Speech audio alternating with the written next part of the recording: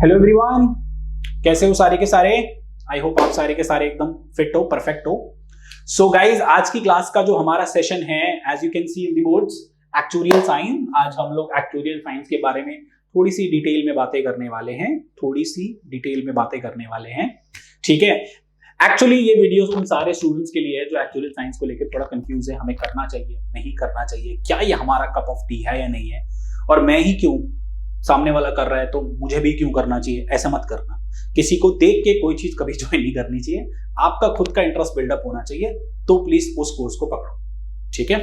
Fine. So before starting the explanation और the detail about the actuarial science, ठीक है, let me introduce myself first. मेरा नाम राहुल कनौजिया है and I been guiding the actuarial students, basically जो बच्चे एक्चुरियल साइंस परस्यू करते हैं for past so many years, ठीक है, through my channel RSG classes, जिसको आपने सब्सक्राइब करना है, लाइक करना है, शेयर करना है विद बेल आइकन, ठीक है। चलो बस इतना इंट्रोडक्शन काफी है। Now let's talk about actuarial science. So बच्चों, बेसिकली गाइस, किन स्टूडेंट्स को, ठीक है, इसकी तरफ अट्रैक्ट होना चाहिए। और ऐसा नहीं है कि आज का अगर सेशन आप सुन लो एक्चुरियल साइंस से रिलेटेड तो आप सारे के सारे उसमें टूट पड़ो, प्लीज ऐसा मत करना कि सर ने कितना कुछ अच्छा बता दिया, यही कोर्स है बस पूरे इंडिया में, ऑल ओवर इंटरनेशनली, सब जगह इसे ही करना चाहिए, इसी से सब कुछ होगा, ऐसा कुछ नहीं गाइस, ठीक है। See the students who likes numbers, mathematics, statistics, number के साथ खेलना पसंद है, प्रैक्टिकल चीजें पसंद हैं बेसिकली, तो एक्चुरियल साइंस उनके लिए एक परफेक्ट फिट बैठता है। भाई मुझे मैथमेटिक्स पसंद है, स्टैटिस्टिक्स पसंद है, मुझे मतलब मैं आपकी तरफ से बोल रहा हूं, ठीक है, स्टैटिस्टिक्स पसंद है, मुझे नंबर्स के साथ खेलना पसंद है, प्रैक्टिकल चीजें पसंद है, तो एक्चुरियल साइंस मेरे लिए एक अच्छा कोर्स बन सकता है, ठीक है। So basically it is not like that कि आप हर बच्चा इसके अंदर पूछोगे। If you don't like mathematics, do not like statistics, please don't come into the actuarial science. आने की जरूरत नहीं है, परेशान हो जाओगे, इतना नंबरों का खेल है ना, ठीक है, कुछ अलग ही बात है। सो गाइज, एक्चुरियल साइंस के लिए मैंने बता दिया कौन स्टूडेंट्स इसमें एंटर कर सकते हैं, पहली बात, ठीक है। दूसरी बात, दूसरा सवाल ये आता है, व्हाट इज एक्चुरियल साइंस, क्या होता है एक्चुरियल साइंस। पहले तो बता दूं गाइस, ऐसा नहीं है it is a new course, ये बहुत सालों पुराना कोर्स है, इंडिया में भी और इंटरनेशनली तो बहुत ही ज्यादा रिकॉग्नाइज है, इंडिया में भी अच्छा खासा रिकॉग्नाइज है, ऐसी कोई बात नहीं है, ठीक है। इंटरनेशनली भी बहुत ज्यादा डिमांडिंग कोर्स है। So what is actuarial science, basic definition, bookish definition अगर मैं इसकी पढ़ूं तो actuarial science is a discipline that basically assess the risk, जो कि रिस्क को असेस करता है in insurance, financing and the other activities through the mathematical and statistical tools.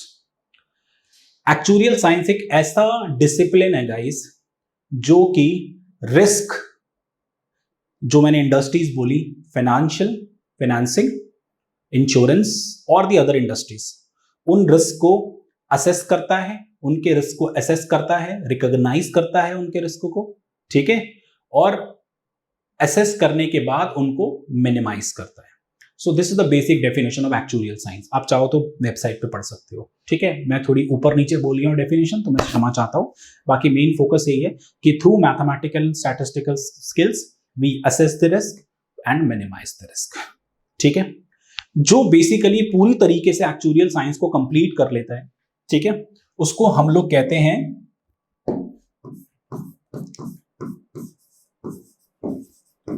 Actuary. जैसे हमारे इंडिया में ICIC, अगर आप CA कर लेते हो तो CA का टैग मिल जाता है, LLB कर लेते हो तो लॉयर का टैग मिल जाता है। ऐसे ही अगर आप एक्चुरियल साइंस कंप्लीट कर लेते हो तो you will get a tag of actuary, ठीक है, you will get a tag of actuary. Actuary he basically वो बंदा होता है, बेसिकली वो पर्सन होता है, ठीक है, जो कि रिस्क को असेस करके उसको मिनिमाइज करता है, ठीक है, on the behalf of companies, जिसके बदले में उसे बहुत ही एक हैंडसम सैलरी पे की जाती है। अब हैंडसम सैलरी का कोई अमाउंट ऐसा मेरे पास डिफाइन नहीं है, it depends upon company to company, risk to risk, ठीक है, बेसिकली मॉडल टू मॉडल, किस तरीके का मॉडल मुझे चैलेंज करने को बेसिकली दिया गया है, ठीक है, जिसमें मुझे रिस्क को मिनिमाइज करना है, रिस्क को कम करना है, कंपनी को प्रॉफिट देके देना है, सो दैट मेरे को एक हैंडसम सैलरी मिल पाए, एज सिंपल एज दैट, ठीक है। सो आई होप थोड़ी थोड़ी चीजें आपको ये समझ में आ गई होंगी ठीक है, कि क्या एक्चुअरी करता है बेसिकली, और भी बहुत सारे बताऊंगा एक्चुअरी का रोल कहां कहां पे होता है, किस किस एरियाज में वो काम करेगा, और किस मतलब क्या क्या टूल्स एंड टेक्निक्स वो यूज करेगा, और उसके बाद कि एक्चुरियल साइंस अगर करना है तो उसके लिए क्या क्या करना पड़ेगा। पर पहले समझ लेते हैं ना बेसिकली कि क्या एक एक्चुरी करता है, क्या एक एक्चुरियल साइंस करने वाले बच्चे बेसिकली क्या क्या चैलेंजेस के साथ उन्हें अपना वर्क कल्चर में क्या क्या उन्हें काम करना पड़ता है। तो these all are the things, ठीक है। ओके गाइस, सो जैसे कि हमने रिस्क की बात की, रिस्क मिनिमाइजेशन, आई होप काफी बच्चों को ये चीजें थोड़ी कंफ्यूज भी कर रही हो, सर किस तरीके का रिस्क। गाइस हर सेक्टर में हर अलग तरीके के रिस्क होते हैं, there are so many sectors जहां पे रिस्क अलग अलग होते हैं, ठीक है। अब रिस्क बहुत सारे, तुम्हारी भाषा में बात करूं, जैसे तुम्हारे लिए रिस्क क्या है कि अगर पढ़ाई नहीं की तो पेपर डेफिनेटली खराब जाने का रिस्क, ठीक है।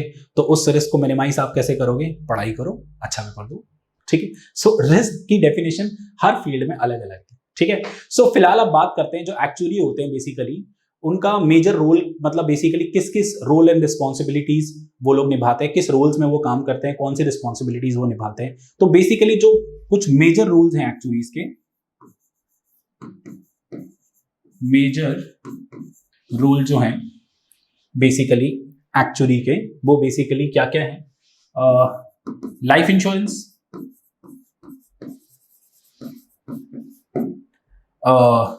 जनरल इंश्योरेंस,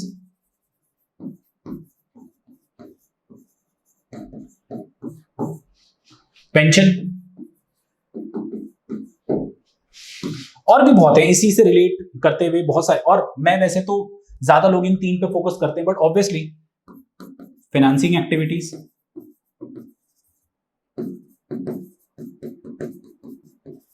ठीक है, investment activities, that comes under financing activities, उसी में डाल सकते हो आप उसको, ठीक है। So everywhere there is a risk, actually की जरूरत पड़ेगी, ठीक है। मैं छोटा सा एग्जांपल एक नॉर्मली लाइफ इंश्योरेंस से रिलेटेड या जनरल इंश्योरेंस से रिलेटेड अगर आप लोगों को दूं, तो कैसे उसमें एक एक्चुअली काम करता है, उसका क्या बेसिकली रोल्स एंड रिस्पॉन्सिबिलिटी होती है।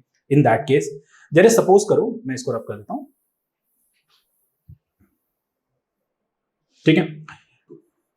लाइफ इंश्योरेंस की बात करता हूं, सपोज करो if I want to buy a policy for my family, कि मुझे अगर कुछ हो जाए, अगर मुझे कुछ हो जाए, ठीक है, तो मेरी फैमिली को एक अच्छा खासा कॉम्पनसेशन मिल जाए, 50 लाख 1 करोड़ कुछ भी, ठीक है। उसके लिए मैं इंश्योरेंस कंपनी के पास एक पॉलिसी बाय करने गया। तो अब ये पॉलिसी बाय करने के लिए किस जो डिफरेंट टाइप की पॉलिसी होंगी, ये पॉलिसी डिजाइन करता है एक्चुअली, ठीक है। वो एजेंट वगैरह डिजाइन नहीं करते जो इंश्योरेंस सेक्टर बैठे होते हैं, डिजाइन करता है एक्चुअली।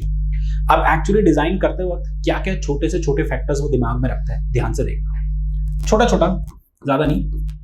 एज, जेंडर,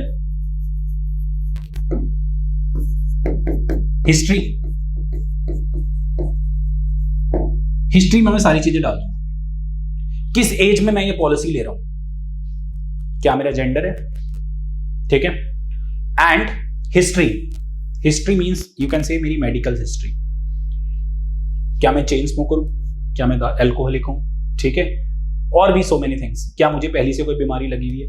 बच्चों ये क्या मैंने, मतलब मैं ये सब नहीं करता, ठीक है। हाँ एग्जांपल दे रहा हूं आप लोग, ठीक है। सो स्मोकर, ठीक है, अल्कोहलिक, ठीक है, एनी डिजीज, ठीक है। अगर इन सारी चीजों में यस होता है तो जो भी इंश्योरेंस पॉलिसी बाय करने के लिए जो मैं चाहता हूं मेरे मरने के बाद मेरी फैमिली को एक कॉम्पनसेशन मिले, तो उसके लिए I have to pay amount to the insurance company, जिसको हम लोग प्रीमियम कहते हैं। ज्यादातर ये ईयरली जाते हैं, ठीक है।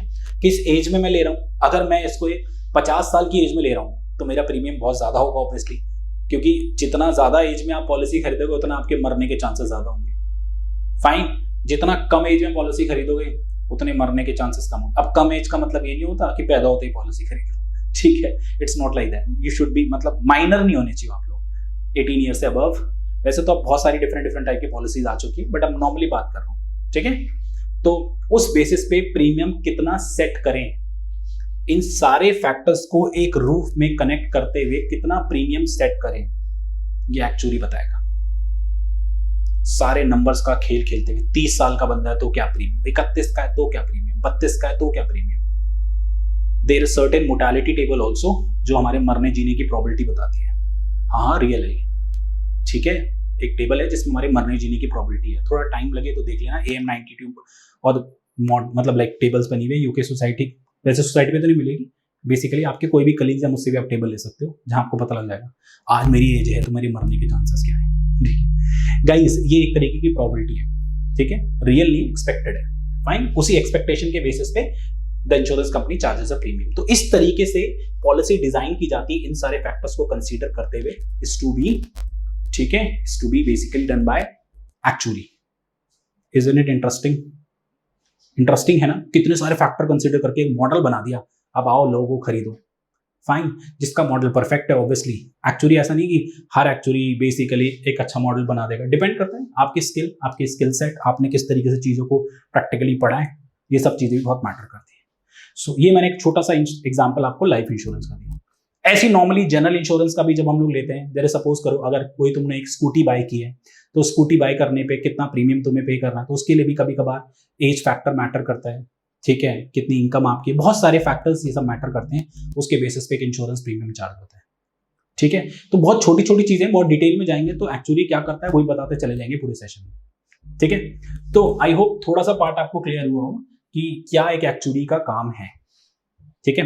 अब कुछ बच्चे कहते हैं कि सर अब हम लोग अगर एक्चुअल स्टार्ट करते हैं तो क्या हम एकदम से काम करना शुरू कर देंगे? वो मैं धीरे धीरे आपको बताऊंगा, ठीक है, धीरे धीरे। आई होप ये चीज आपको क्लियर हो गई,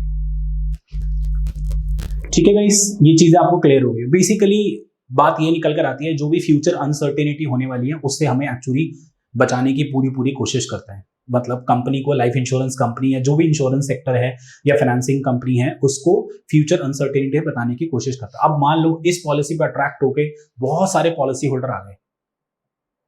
अब सभी एक पर्टिकुलर एज में थोड़ी मर जाएंगे, कभी किसी की डेथ होगी, कभी किसी की 10 साल बाद होगी, किसी की 5 साल गैप में होगी, बट प्रीमियम तो इतने सालों से वसूल लिया। अब एक बात बताओ, थोड़ा सा एग्जांपल, LIC के पास कितने पॉलिसी होल्डर होंगे इस समय? मतलब बहुत सारे, करोड़ मान लेता हूं, चलो एक एग्जांपल ले लिया, करोड़ में अगर मैं ज्यादा बोल रहा हूं तो एक फिगर मैं ही मान लेता हूं, 10 लाख मान लेता हूं। 10 लाख पॉलिसी होल्डर है जिन्होंने प्रीमियम दे रखे हैं। अब हर रोज कितने लोग क्लेम लेने आते होंगे? वेरी फ्यू, ठीक है। तो ऐसा नहीं है LIC प्रीमियम लेके अपने पास रख लेती है, वो उस पैसे को ऑब्वियसली मार्केट में लगाते हैं, वो भी हक चोरी करते हैं ताकि पैसे को डबल किया जा सके। सो बच्चों ये बहुत छोटी छोटी बातें हैं, ठीक है। सो अभी के लिए तुम ये जान के चलो कि if you really like numbers, mathematics, statistical skill, then go for actually, ठीक है। चलो जी, ये तो थोड़ी सी बातें हो गई कि क्या एक्चुअली करते हैं, ठीक है। अब हम लोग बेसिकली बात करेंगे कि actual science, basically how you gonna start the actual science, कब आपको एक्चुअल साइंस स्टार्ट करना चाहिए। बेस्ट टाइम जो है इसका स्टार्ट करने का 12वीं के एग्जाम के बाद, 12th के एग्जाम देते ही गो फॉर एक्चुअली, ठीक है। There are certain societies basically correspond to the actual science course से related, so many. Indian society है, यूके सोसाइटी है, US सोसाइटी है, ऑस्ट्रेलियन सोसाइटी है, सो मेनी सोसाइटीज। अब कौन सी सोसाइटी आपको सेलेक्ट करनी है बेसिकली वो मैं आप लोगों को थोड़ी सी डिटेल में बता देता हूँ, ठीक है। So if I go to the website of mine, ठीक है, RSG क्लासेस की वेबसाइट पे अगर आप जाएंगे तो आपको सारी डिटेल मिल जाएंगी। उसके अलावा भी जो आपकी इंडियन सोसाइटी की वेबसाइट है उस पे भी आपको सारी डिटेल मिल जाएंगी, even in the UK society की वेबसाइट पे। तो यहाँ मैंने एक्चुअल साइंस से रिलेटेड, ओके गाइस, तो अगर आप वेबसाइट के थ्रू देखेंगे तो एक्चुअल साइंस पे थोड़ी बहुत मैंने डिटेल डाली हुई है। इंट्रोडक्शन क्या है actual science, the first step to start the actual science is the ACET examination. अभी I am talking about the Indian societies, ठीक है। मैं एक्चुअल साइंस के पेपर्स की बात कर रहा हूं। अब ये थोड़ा सा ध्यान से सुन लेना जिनको पेपर्स की बिल्कुल भी मतलब आइडिया नहीं है। सो एक्चुअल साइंस में सबसे पहले एक एंट्रेंस टेस्ट होता है जिसे हम लोग ACET कहते हैं, एक्चुअल कॉमन एंट्रेंस टेस्ट, ठीक है। इसमें आप लोगों के पास reasoning, English, little bit of mathematics, objective type paper ये होता है आप लोगों का। The first step, the first letter for the actual science from the Indian society, ठीक है। उसके बाद वैसे तो other than actual common entrance test सिर्फ और सिर्फ इंडिया में ही एप्लीकेबल है। अगर आप इस पर क्लिक करेंगे तो डायरेक्टली इंडियन सोसाइटी की वेबसाइट पे पहुंच जाएंगे और वहां से आप डिटेल जान पाएंगे कि ACET के अंदर क्या क्या आपको पढ़ना है, ठीक है। उसके बाद there are certain stages. Stage one is called core principle. ठीक है, इस कोर प्रिंसिपल में आप लोगों के पास टोटल 1 2 3 4 5 6 7 पेपर्स हैं. ठीक है, 3 3 6 और 1 7. इन 7 पेपर के साथ साथ बेसिकली आप लोगों के पास कुछ पेपर्स में आपके प्रैक्टिकल पेपर भी इंक्लूडेड है. Practical paper in the sense मतलब कंप्यूटर बेस्ड एग्जामिनेशन, जिसमें आप लोगों को एक्सेल, आर, ये लैंग्वेजेस, डेटा साइंस वाले type courses, basically software courses आपको यूज करने हैं. यहाँ पे डिटेल सारी की सारी लिखी हुई है. So there are total 7 paper here. Second stage would be the core practice. Core practice में आप लोग के पास 3 पेपर्स हैं. ठीक है, एंड कोर प्रैक्टिस के बाद आती है स्पेशलिस्ट प्रिंसिपल. स्टेज 3 7 वहां हो गए, 3 वहां हो गए.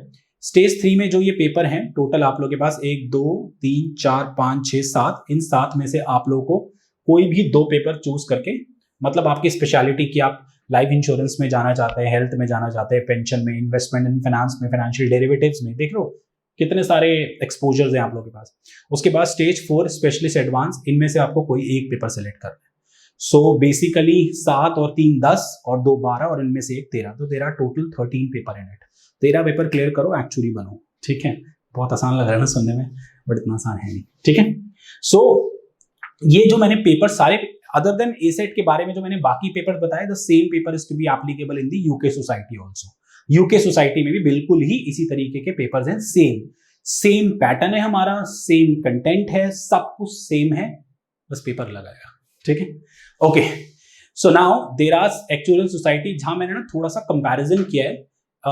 IFOU, IFOA और IAI, मतलब यूके सोसाइटी और इंडियन सोसाइटी में मैंने थोड़ा बहुत कंपैरिजन किया है. ठीक है, आप चाहो तो थोड़ा सा वो कंपैरिजन देख सकते हो. सबसे पहला ध्यान से देखना बच्चों, no asset is required. Indian UK society में कोई भी एसेट की जरूरत नहीं है. अगर आपने 10+2 में मैथ्स पढ़ा है तो आप डायरेक्टली मेंबर बन सकते हो IFO के. अगर आपने 10+2 में मैथ्स पढ़ा है, 12th में मैथ्स पढ़ा है, 11-12 में, तो आप डायरेक्टली IFO के मेंबर बन के और डायरेक्टली जो पेपर थे ना CS CM करके जो पेपर थे वो डायरेक्टली अपीयर कर सकते हो. और if you did not study mathematics at 10+2 level, then you can appear either CS1 और CM1 as your first exam as a non member. किसी भी सोसाइटी का पेपर देने के लिए पहले उसका मेंबर बनना पड़ता है. ठीक है, कहते हैं कि अगर आपके पास 10+2 में मैथ्स नहीं थी तो आप बिना मेंबर बने नॉन मेंबर का पेपर दो. बट मैं हर स्टूडेंट को पता है क्या सजेस्ट करता हूं, मैं बाकी लोगों की तरह नहीं. ठीक है, मेंबर बन जाओ, पेपर दे लो. नो, सबसे पहले चाहे आपके पास मैथ्स थी या नहीं थी, आप CS1 या CM1 यूके सोसाइटी से एज अ नॉन मेंबर ही दो. Why to take membership then give the examination by paying the examination fees. उसके बाद आपने डिसाइड किया भाई एक्चुअली तो मेरा कप ऑफ टी नहीं है, मुझे नहीं समझ में आ रहा. ठीक है, सो आपकी डबल मतलब देखो हार्ड मनी होती है गाइस सबकी, तो क्यों इतना इन्वेस्ट करना. तो बीइंग अ नॉन मेंबर इधर CS1 और CM1 दो. वैसे सब CS1 ही देते हैं, तो CS1 दो नॉन मेंबर बन के. ठीक है, इंडिया में क्या है, इंडिया में कहते हैं भाई IAI सोसाइटी कहती है नहीं, तुम्हें एसेट देना ही पड़ेगा और 10+2 exam with English at one of the subject आपका होना चाहिए. इसमें छोटी सी मिस्टेक एक, मैं इसको थोड़ा ठीक कर दूं, कि अगर आपने एनी 2 पेपर नहीं है, एनी 3 पेपर है. अगर आपने यूके सोसाइटी और बाकी ये जो सारी सोसाइटीज हैं IFO, SOA, CAS, ये सारी सोसाइटी से अगर आप लोगों ने कोई भी 3 पेपर पास किए हैं एक्चुरियल के, तो आपका इंडिया सोसाइटी के डायरेक्ट मेंबर बन सकते हो. आपको एसेट देने की जरूरत नहीं है बेटा. ठीक है, and fully qualified CS, CS और IM से अगर मिनिमम 60% है तो भी आपको एसेट देने की जरूरत नहीं है. ठीक है, तो ये मैंने कंपैरिजन कर दिया. यहाँ तो एसेट की जरूरत ही नहीं है, बीइंग अ नॉन मेंबर बन के डायरेक्ट पेपर दो, और यहाँ पे एसेट देके फिर आपके एक्चुरियल के मेन पेपर स्टार्ट होंगे. और अगर आपने पिछले सोसाइटी से 3 पेपर कोई भी क्लियर किए हुए हैं तो यहाँ के डायरेक्टली मेंबर बन सकते हो. ठीक है, तो मैक्सिमम बच्चे यूके सोसाइटी से ही चीजों को अपीयर करते हैं. ठीक है, उसके बाद आती है मेंबरशिप की बात. थोड़ी सी हैवी मेंबरशिप है ऑब्वियसली. ठीक है, पाउंड में मेंबरशिप है, तो वन टाइम मेंबरशिप फीस यहाँ की 208 पाउंड है. थोड़ा सा अगर अमाउंट में ऊपर नीचे चेंज हो रखा हो तो वेबसाइट पे आप चेक कर सकते हो. उसके अलावा एग्जामिनेशन फीस CS और CM की 180 पाउंड है, और CB1 और CB2 की इतनी है, और नॉन मेंबर की जो एग्जामिनेशन फीस है वो 200 पाउंड है. और हर साल आपकी एग्जामिनेशन फीस, देखो एक बारी के लिए अगर आपने 208 पाउंड दे दिया एग्जामिनेशन फीस के, तो हर साल 208 पाउंड नहीं देने आप लोगों ने, हर साल आपको सिर्फ 73 पाउंड देने. ठीक है। 73 पाउंड का बेसिक मतलब चाहे 90-100 रुपए का जो भी पाउंड का रेट चल रहा होगा उस हिसाब से आपको हर साल उतने पे करने पड़ेंगे, ठीक है। और जब भी आप कोई पेपर दोगे तो ऑब्वियसली उसकी एग्जामिनेशन फीस पे करोगे। तो अभी सब चीजों पे ना जाते हुए, if you want to start the actual science, just go with the non membership examination by paying 200 pound, ठीक है, as your non member examination fees, ठीक है। यहां से आपको मटेरियल वगैरह खरीदने की कोई जरूरत नहीं है, ठीक है। बट यहां पर अगर आते हैं, यहाँ पे थोड़ा सस्ता टिका हुआ है, ठीक है। वन टाइम मेंबरशिप फीस यहाँ पे 4000 है, एग्जामिनेशन फीस यहाँ पे 5000 है, और CP1 CP2 की इतनी है, ए सेट की फीस इतनी है, और एनुअल रिन्यूअल इतना है। उसके अलावा आप लोगों को ना यहाँ से एक थोड़ा सा बंदिश है, बाउंडेशन है कि you have to buy the material जो है, जैसे सपोज करो CS1 का मटेरियल 8000 का है सॉफ्ट कॉपी में, और 9000 का है हार्ड कॉपी में। सॉफ्ट कॉपी मतलब PDF फॉर्म आ जाएगी, उसमें पूरा फोटोकॉपी निकल के आ जाएगा, ठीक है। तो यहाँ से मटेरियल लेना, जो भी पेपर आप दे रहे होगे मटेरियल लेना मैंडेट है, यहाँ पे मटेरियल लेना मैंडेट नहीं है, ठीक है। बट गाइस सीरियसली अगर एक्चुअली करना है, इसके एक्सपेंडिचर को तुम लोग अगर कंपेयर करोगे तो इतने भी कोई हाई एक्सपेंडिचर नहीं है, ठीक है। मैं आपको बताऊंगा क्यों। गो फॉर दी UK वाला, क्योंकि इसका exam as compare to India वाला थोड़ा ईजी आता है, ऐसा कहते हैं, थोड़ा आता भी है, बच्चों को लगता भी है, ठीक है। उसके अलावा दोनों के exam twice in a year होते हैं, अप्रैल एंड सितंबर, इसके जून एंड नवंबर, तो एक महीने का गैप मान के चलो, 2 महीने का। IFO does not provide any examination of the exam pass from IAI। अगर आपने इंडियन सोसाइटी से कोई एग्जाम पास किया है तो UK सोसाइटी उसको एग्जेम्प्ट नहीं करेगा। बट अगर आपने IAI does provide an examination for exam pass from IOFA which you have to pay an examination fee to IAI। अगर आपने UK सोसाइटी से कोई पेपर पास किया है तो इंडियन सोसाइटी उस पेपर को अपनी सोसाइटी से भी पास मान लेगा, ठीक है। पहले दोनों में एक साइमल्टेनियस एग्जामिशन होती थी, बट अभी UK वालों ने बंद करी हुई examination, but you never know, बाद में चालू भी हो जाए, ठीक है। तो सबसे बेस्ट वे स्टार्ट करने का आप लोगों को इसका यही है कि जब आप एक्चुअल साइंस बेसिकली स्टार्ट करो, UK से करो, 2 से 4 पेपर क्लियर करो। 2 से 4 पेपर क्लियर करने के बाद डेफिनेटली आप लोगों को जॉब मिल जाना चाहिए, ठीक है। जॉब मिलने के साथ ऑब्वियसली जब आप जॉब करते हो तो मेनी कंपनीज जो आप एक्चुअल डोमेन में काम करते हो तो वही आपकी सारी पढ़ाई का खर्चा उठाते हैं, और जैसे जैसे आपका पेपर पास होते जाता है आपको पर पेपर वो लोग इंक्रीमेंट भी देते जाते हैं, ठीक है। सो ये तो थोड़ी सी बात हो गई इन सब बातों की, सारे एक्सपेंसेस की, एवरीथिंग जो मैंने आपको बता दिया। Better to start after 12th, और 12वीं के बाद अगर आप लोग एक्चुअल साइंस स्टार्ट करते हो तो अलॉन्ग विद ग्रेजुएशन उसको चालू रखो, ठीक है। ग्रेजुएशन के साथ जो आपको कोर्स इसके साथ परस्यू करने चाहिए, वो परस्यू आप लोग के साथ सबसे अच्छा कोर्स है स्टैट्स ऑनर्स, ठीक है, इकोनॉमिक्स ऑनर्स, क्योंकि इनका कंटेंट इससे मैच करता है, maths honours, BCom honours programme, और भी अदर कोर्स। तो कुछ बच्चों कहते हैं कि सर मैं तो इस कोर्स में हूं तो मैं एक्चुअल कैसे क्लियर करूंगा। इनका कोर्स तो काफी हद तक एक्चुअल के पेपर के साथ थोड़ा बहुत मैच करता है।